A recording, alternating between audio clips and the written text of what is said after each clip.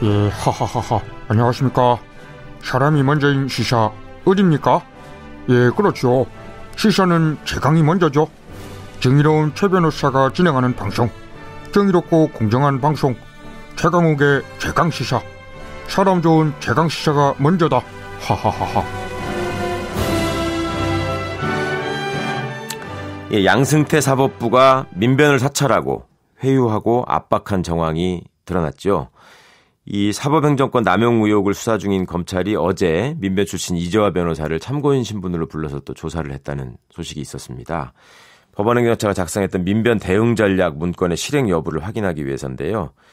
오늘이 제70주년 재헌절이기도 한데 그래서 더욱더 이 사법농단 사태가 무겁게 다가옵니다. 민변의 이재화 변호사 전화 연결돼 있습니다.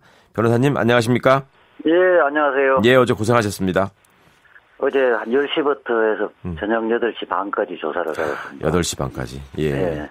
이게 지금 양승태 대법원장 시절에 사법부가 대한변협뿐만이 아니라 민변을 사찰하고 회유 압박을 한 정황이 밝혀지고 또 관련 문건들이 나왔는데요. 이제 이런 상황에 대해서 맨 처음에 어떻게 느끼셨어요?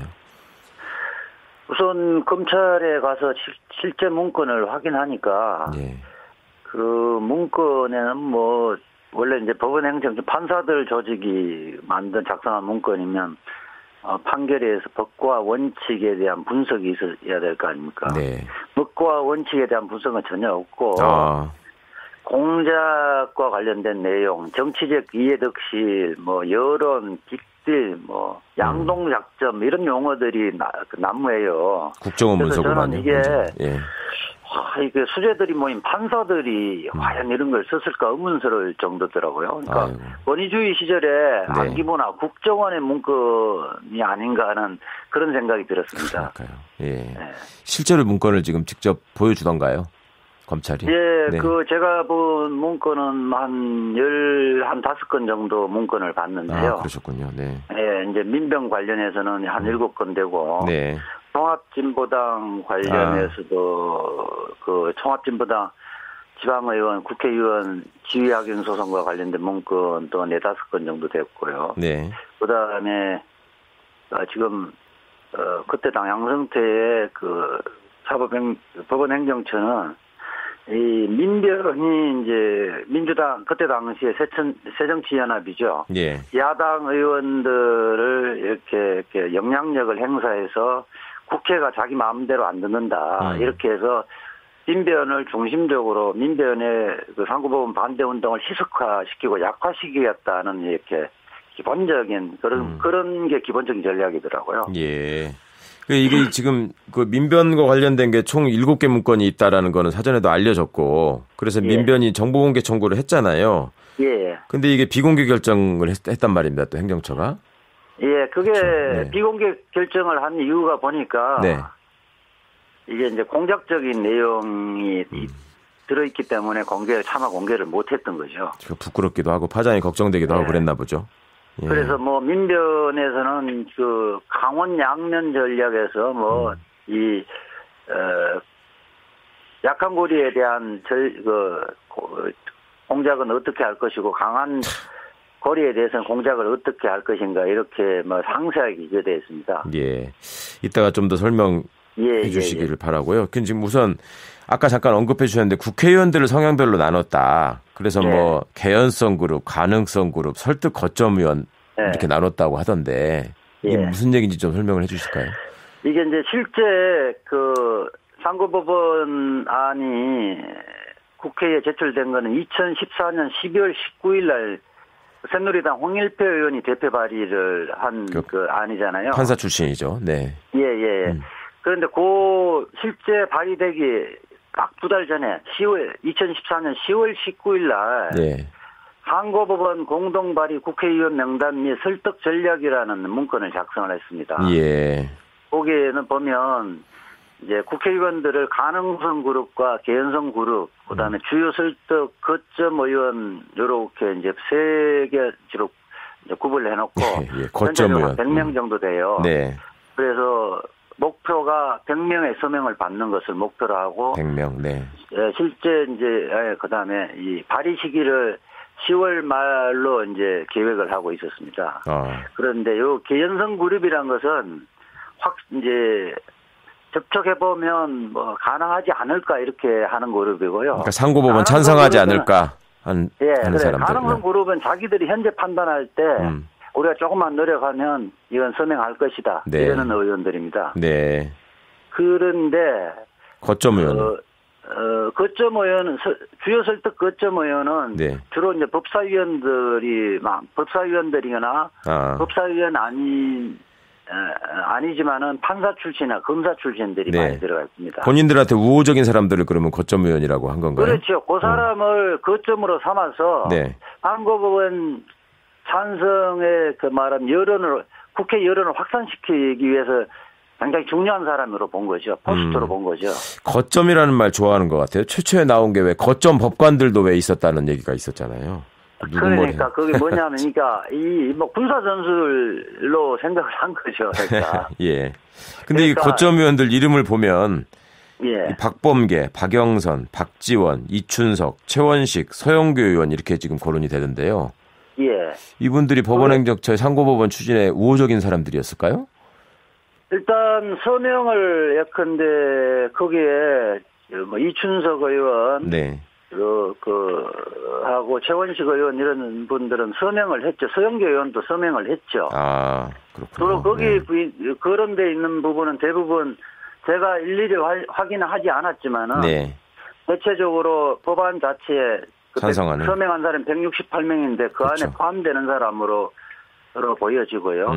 거기 오해 소지가 있는데 그 새정치연합의 소속 국회의원들만 거점 의원으로 분류되어 있는 것이 아니고 새누리당 의원들도 13명이 지금 언급이 되어 있습니다. 그렇군요. 네. 예. 그게 이게 소위 말하는 그 의원들마다 거점 의원들한테는 마크맨을 붙였다는 거잖아요. 실국장들을 붙여가지고 설득 작업을 그렇죠. 계속한다 이런 거였죠. 네. 예, 이제 이 공동 발의가 가능한 국회의원들, 예. 거점 의원 등을 포함해서 요 가능성 그룹까지도 포함하는 거죠. 그래서 전담 실국장을 배치해서 이들을 통해서 개별적 접촉하고 설득 작업을 진행한다. 이렇게 명시가 돼 있어요. 그 결과로 그래서 이게 발의가 됐나요? 의원들에 의해서? 발의가 됐죠. 그러니까 네. 원래 자기들이 목표를 한 게 100명인데 실제는 168명이 됐던 거죠. 성과를 거둔 거네요, 확실히. 예. 그렇죠. 그러니까 실국장이라고 이야기하면 직급으로 이야기하면 고등법원 부장판사들이에요. 그렇죠. 네네. 그리고 고등법원 부장판사들이 전화하니까 이게 법원 조직이라는 것은 법원 판사들이 지방의 선관위원회 위원장들로 구성하자. 위원장은 이제 법원장이지만은 그렇죠. 그 사람들이 지방 법원장급 아니겠습니까? 네. 그렇기 때문에 장차에 언제 자기 지역에 선거관리위원장으로 될지도 모르기 때문에 그렇죠. 지위를 이용해서 사실은 반강제적으로 서명을 하도록 한 거죠. 당시에 그냥 이게 문건 나오기 전에도 법조계에서는 사실 그 지방법원장이나 거기 판사들이 지역구 국회의원들한테 전화해서 상고법원을 설득하고 있다 이 얘기는 다 알려진 얘기잖아요. 예, 그렇게 하고 일부에서는 판사들이 지방법원장이 전화 오는데 서명 안 하지 않을 수가 없었다는 이야기도 있었죠. 네, 그렇죠. 자, 이렇게 법원행정처가 국회의원들을 개별 접촉한 거 외에도 민변 반대파에 대한 설득 작업에도 나선 걸로 전해졌는데요. 이게 이제 재판을 미끼로 하거나 개인적 인연을 통해서 이루어진 정황이 의심된다고 하셨습니다. 네. 이게 실제 회유책으로 국회의원한테 유리한 판결을 내린다든가 하는 사례가 있던가요? 그 문건에는 명시는 안 했는데, 거기에 약한 고리에 대한 공략 방법으로 이제, 최원식 의원하고 문병호 의원이 거론됐습니다. 왜 그렇죠? 이제 민변 회원이니까요. 문병호 의원을 접촉을 하겠다는 내용도 있고요. 네. 최원식 의원 부분 좀 자세하게 나와 있습니다. 네. 최원식 의원은 2015년 2월 달에 민변과 반대되는 토론회를 개최할 예정 이렇게 돼 있거든요. 네. 이것은 이제 법원행정처 관계자가 최원식 의원을 접촉해서 이런 결과를 알아냈다는 거 아니겠습니까? 네네. 그렇게 해서 이 부분은 그래서 법원행정처에서 이 토론회를 간접적으로 지원하겠다. 예. 이런 내용이 기재되어 있습니다. 그렇군요. 근데 실제로는 2월 달에는 이게 이루어지지 않는 거, 제가 이제 검색을 해봐도. 예. 그 최원식 의원이 상고법원과 관련해서 이런 뭐 토론회를 개최했다는 그런 것은 발견하지 못했거든요. 예. 검찰도 발견하지 못했더라고요. 근데 이제 그렇게 만나서 예. 그런 어떤 계획을 세운 거는 분명한 것 같아요. 그 임종원 법원행정처 차장 같은 분들이 네. 선거법 위반으로 기소돼서 재판이 계류 중인 의원들을 만났다 이런 얘기가 있던데 혹시 그런 문건은 못 보셨습니까? 그 문건은 없는데 아까 최원식 의원 같은 경우는 네. 그 2014년 1월 달에 공직선거법 위반이 대법원에서 파기환송되었습니다. 고등법원에서 당선 무효형이 선고됐었는데 300만 원, 벌금 300만 원. 1월 달에 파기환송되고 다시 환송법원에서 2014년 5월 달에 무죄 선고가 되거든요. 대법원이 살려준 거네요. 예, 그러니까, 그래서 아마 대법원이 이러한 사실을 갖고 접촉을 했을 것으로 저희는 추측이 되고요. 예, 그렇군요. 그렇기 때문에 최원식 의원은 뭐 좀 거절하기 어렵지 않았을까 생각이 들고요. 예, 알겠습니다. 요 문건 만들어지기 직전에 우리 민변 집행부가 민변 출신 국회의원들과 조찬 간담회를 한 적이 있거든요. 네. 이 법안이 발의된 직후에. 네.